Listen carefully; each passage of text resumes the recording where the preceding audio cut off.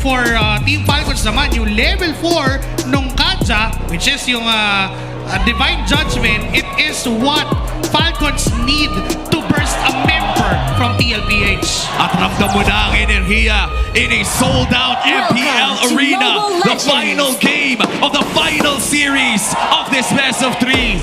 Kahit pa-break natin yung 57-minute record na naitaya nung Season 7 of MPL Philippines. And now we are entering game number 3. Agaran agad mapopoke ni JP at Sanji. Ibang klase, no? Itong Angela Baksha combo na by the way ay gamit na gamit din ng Team Falcons nung M5 nila. Indifferent pa sila noon. Grabe yung paggamit nila ng Baksha Angela during that time. Diba, isipin mo yun, no? Parang nagbabalik ang mga alaala. Yung Lancelot ni Carl Dizzy na hawak ni Kyle.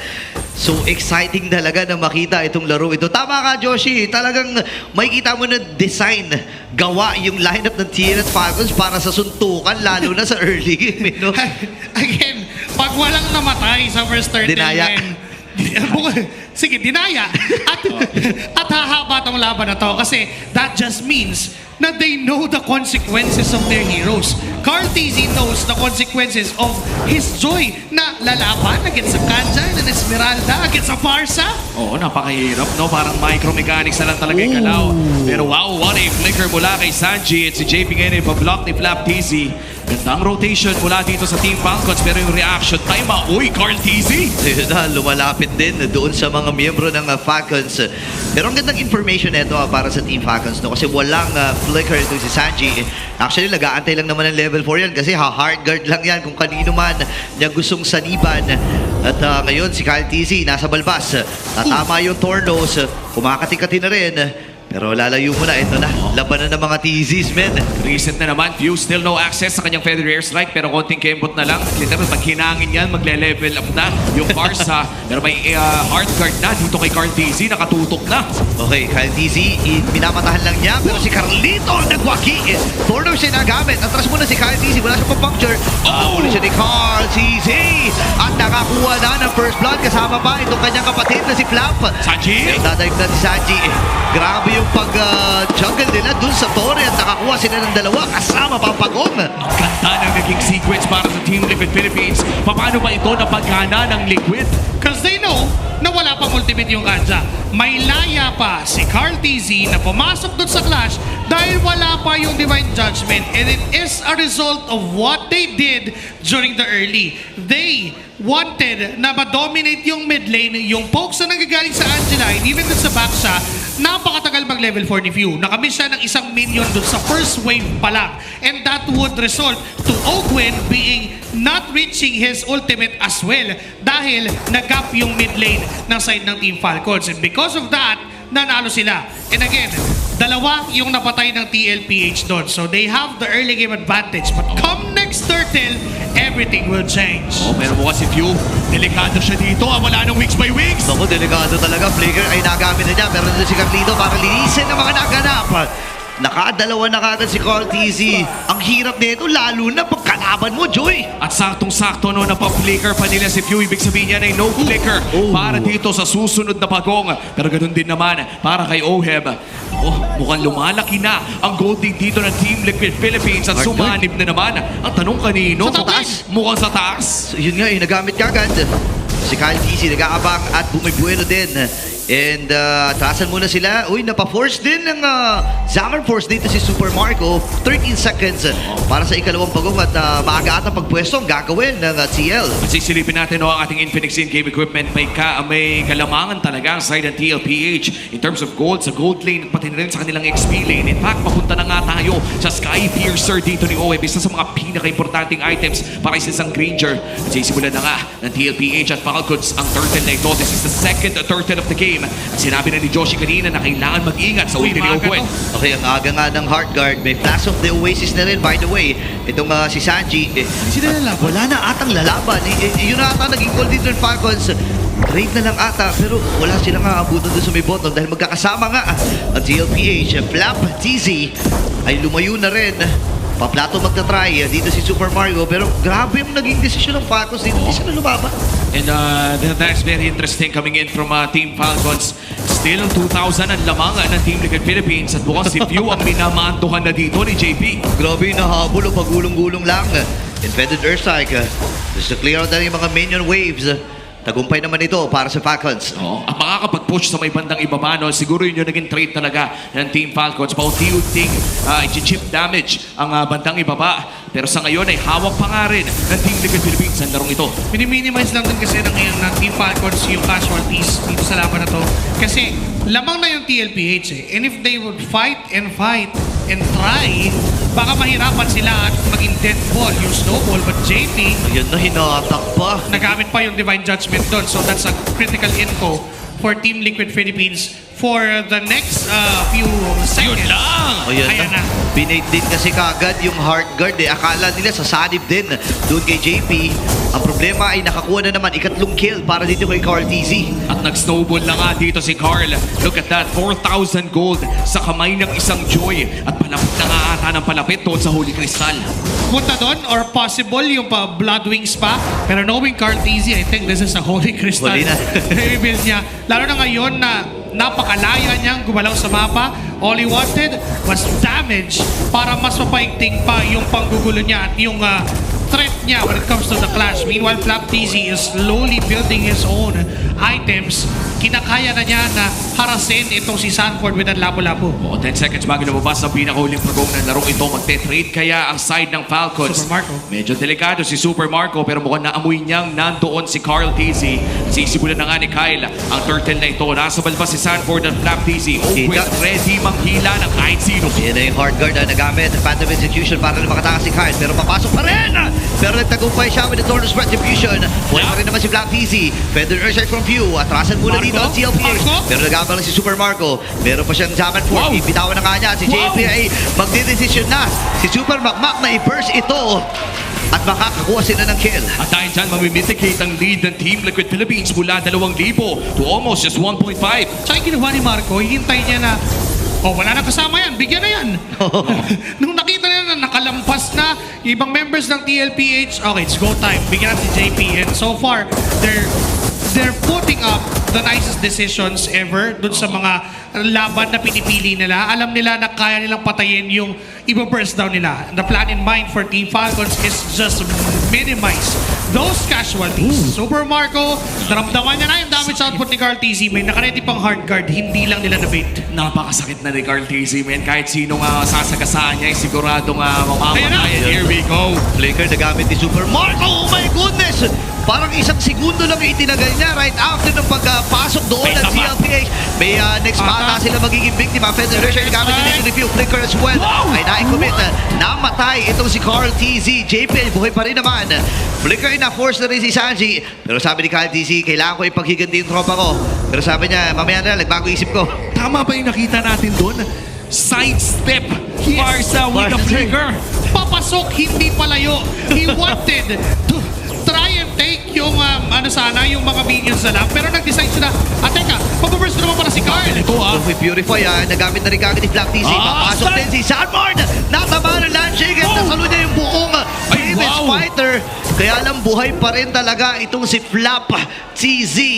Grabe, ni-retry ni Kyle TZ para maligtas yung TZ brother niya. Ganun yung gustong gawin ng Team Falcons. Again, they are just minimizing the casualties. Tinanggap na nila yung early game na hindi nila mahawakan because of that early snowball mula sa Joy. But somehow, they are now within striking distance against TLPH. Totoo, at mukhang unti-unti na nga gumagana yung chini-chepi-chepi damage nila sa mga tore around the map. At dahil dyan, yung pressure ay nasa kamay na ngayon ng Team Falcons kahit may konti pang kalamangan ang Team Liquid Philippines. Pero ito kasing inaabangan natin yung unang stack sa Sky Piercer ni Oheb, yung pwedeng magbago dito. Ako nabangga And yung Phantom Decision na gamit din si Carl TZ. Ang nagwagi doon sa Lord. Okay na mamamatay. Napag-examine for Super Mario nakuha na kill. Pero naging siya rin naman na naging pagkapalit. Kailangan mo si Black TZ. Tuloy-tuloy pa rin naman ang TLPH sa kanilang stampede. Ako po na solo lang. Nakamatang miyembro dito ng Falcons o ng TLPH. Itong si Black TZ na magiging stuck na rin ng Sky Piercer ni Oheb. At rekta malefic roar pa para kay Oheb. Nakuha man ng Team Falcons yung Lord. Mukhang maghihirapan silang gamitin ito. Team Liquid Philippines made it worth it na kahit pa makuha ng Team Falcons yung Lord na yun. Teka lang, masyadong matapang si Pew na humarap. Aray ko po! Sa pagitan ng mga bato ay tinawirang pa rin ni RTZ. Oh my goodness, crucial yung kill na yun ha. Pwede pala yun.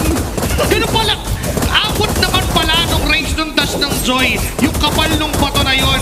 And again, sobrang tapang ni Pew na pumatay ng Carl TZ kahit pa may Angel ang kasamang kasunod.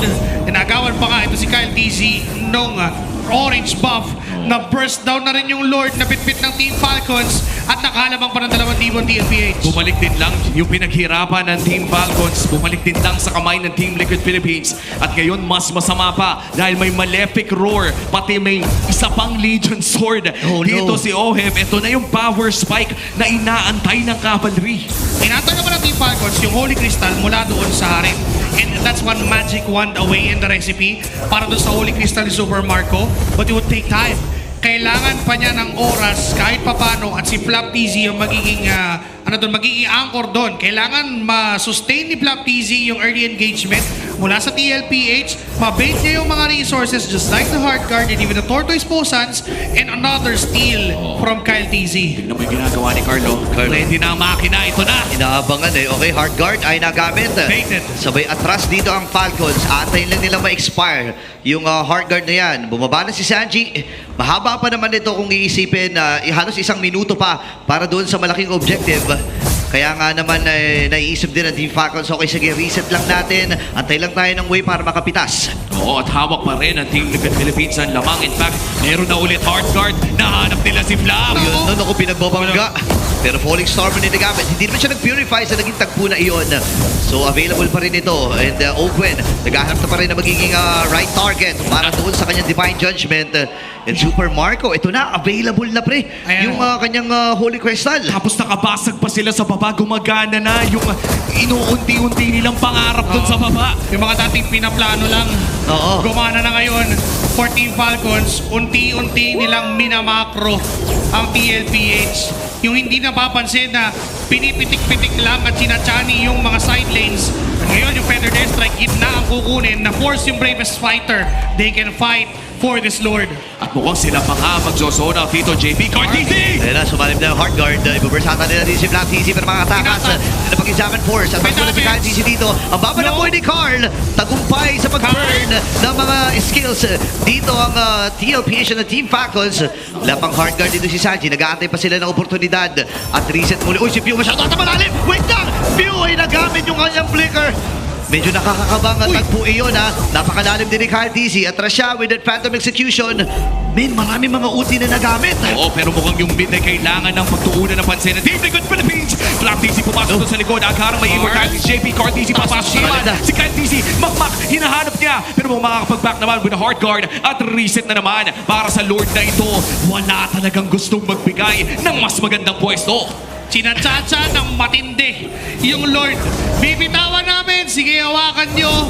And dahil nga mabilis lang naman ang cooldown ng Heart Guards, spammable yan enough for TLPH. Na kapag wala yun, takbo muna. Pag nandyan na, palag na. Paulit-ulit nilang pwedeng gawin yon but not in front of Flap TZ. Everything might change dahil pwede niyang i-absorb yung mga shields na yon. May Oracle na rin naman siya. Pero up na rin naman yung Black Eye Shield and some Sea Halberd para dito kay Ohem. So kahit paano ay reduced yung shield na nag-generate ng isang Esmeralda. But then again, we're looking at the macro scale of things. For Team Falcons, lamang pa nga ata yung bottom lane nila when it comes to that push. Dahil may, dahil may first turret pa na outer turret. Ay hindi, lamang sa slow push yung side dito ng TLPH. Oo, tsaka makakakuha ata sila ng mid na madedepensa na hindi na pala mukhang puputok na rin ang mid lane turret. Dahil dyan Team Falcons re-establishing ang kanilang pwesto sa Lord na ito. Hindi nila alam na si Cartesi medyo malayo Burst kaya ba? naman iniisip nila kung ipuburst ba nila ito o hindi. Pero agad din naman makakabalik ang cavalry around this Lord area. Available na rin ang Heart Guard dito ng Angela. At JP na naman, JP gumulog na. Ito na ang makina. Kita na ang nila isa. Hihilahin pa, JP! Ako delikado si JP. Napop yung kanyang immortality. Sanford, target lamang din si Pew. Buhay ba si JP? Hindi! Kasi Super Marco nakuha nun. Okay, kalate kanyang buhay. Kailangan matras. Ang Bumaba na rin ang health dito ni Cortez. Tatawin na ni Kyle TZ. Kaya si Owen ay lumalayo na rin. May reset, may 45 reset. magiging aksyon. And reset ang magiging call. Round number 2. Bumibuelo ba ang TL? JP is out 20 seconds. May karapatang magangas ang Team Falcons dito. Pero kailangan din nilang i-address yung wave doon sa baba. Tatlong kariton. Kapal niyan. Yung nandun sa baba. So kailangan nilang i-burst yan. Nandiyan naman na si Pion, si Ogwin. Laptz is still holding on to this Lord Carl. Sanford rather. Okay, 2v3 ang magaganap. Si Ohe may nakaantay na rin! And Kyle TZ with that red 3. Lalayo na magiging call dito ng Falcons. At hindi umabot si Cortez. Oo, at ipas lang, hindi na sila lumaban pagkatapos doon. Available ang flicker ng lahat ng kupunan ng Team Falcons. At naghahanap sila ng potential na turnaround kill. Pero mukhang mamaya pa nila ikakakasayan dahil may upcoming Lord Siege pa for Team Falcons. At biglang nag-work. Yung kanina pang ginagawa ng Team Falcons with them pressuring the side lanes even before that Lord objective. Nagamit pa nila to the extent na ngayon wala na outer thirds sa baba and even sa gitna they can possibly win manage this minions ng mas mabilis. But Carl TZ is looking at Kyle.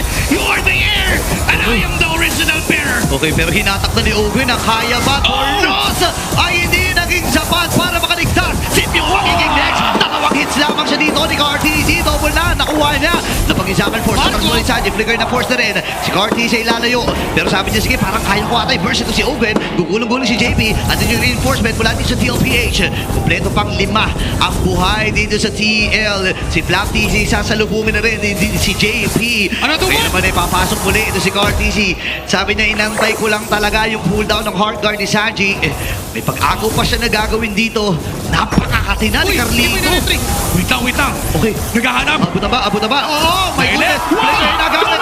Abutan din. Marco! Oh, my gosh! Saved by the Heart Guard! Buhay si Carlito! If not for that hard guard, that Wow. might be a kill! Oh my G! Lahat na ibinigay dito ni Super Marco. Even committing yung kanyang flicker para lang maabot nung isang hampasan nung kanyang chrono dash.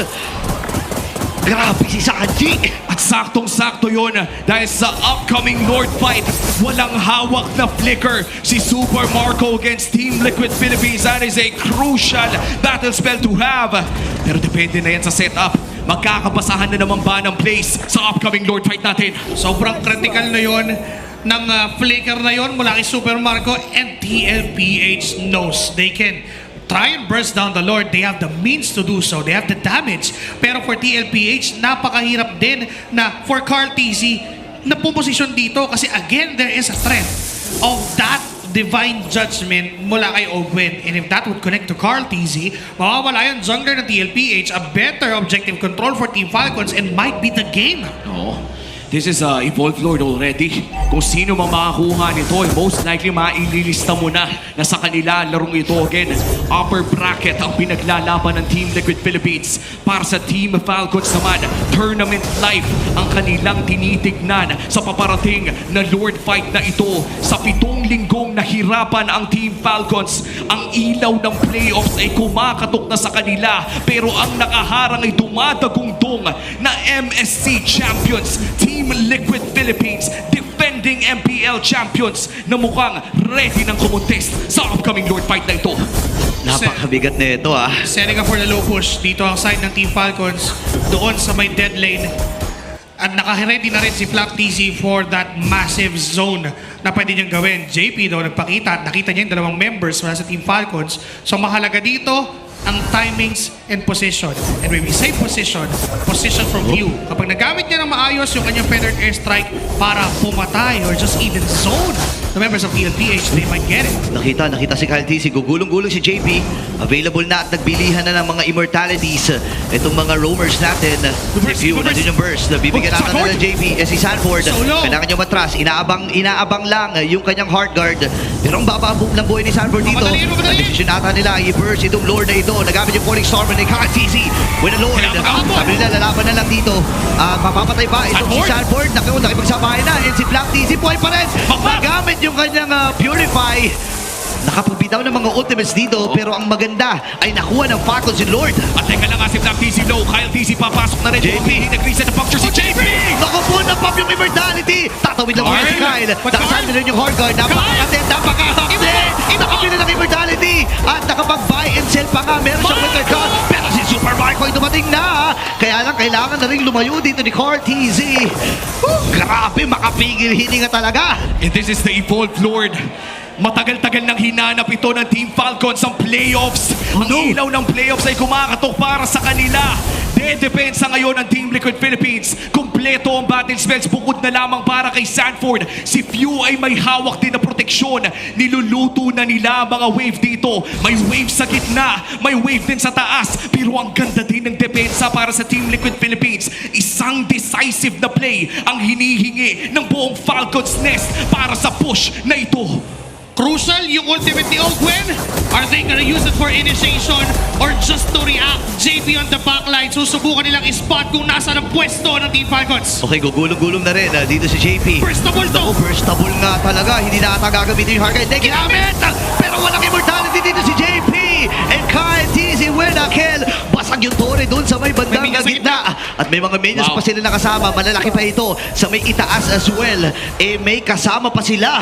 Beautiful defense mula dito sa Team Liquid Philippines. Kitang-kita mo kanilang experience. Champions for a reason. Code for a reason. Carl and TZ. Papasok sila! Inahatak pa si Sanford. Tatlo na lang ang natitira para sa TLPH. Pinili